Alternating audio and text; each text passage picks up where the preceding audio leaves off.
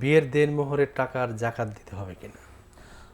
বিয়ের দেনমোহর টাকাটা যদি জাকাতের পরিমাণ হয়ে যায় তাহলে জাকাত দিবে। দেনমোহরটা এখন যে পেয়েছে, কনে পেয়েছে, কনে এটার মালিক হয়েছে, এটা কিন্তু বিবাহের খরচ না, এটা কনের বাবার খরচ না, এটা কনের কোনো আত্মীয় স্বজনের পাওনা না, এটা বিবাহের কনের নিজের প্রাপ্য।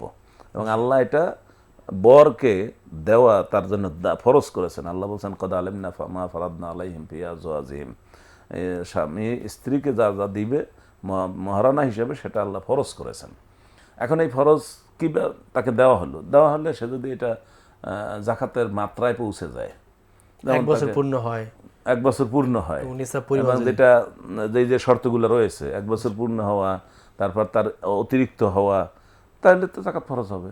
যেমন একজন যদি 10 লক্ষ টাকা মহারানা দিয়ে থাকে তো 1 বছর পরেই জাকাত ফরজ হবে। সে যদি 1 কোটি টাকা জাকাত দিয়ে থাকে হয়ে যাবে। দেনমোহর দিয়ে থাকে। 3 কোটি টাকা জাকাত দিছে, এরকম প্রমাণও আমার কাছে আছে যে 3 কোটি টাকা নগদ মহারানা দিয়ে দিছে, তাহলে সে তো জাকাত ফরজ হবেই।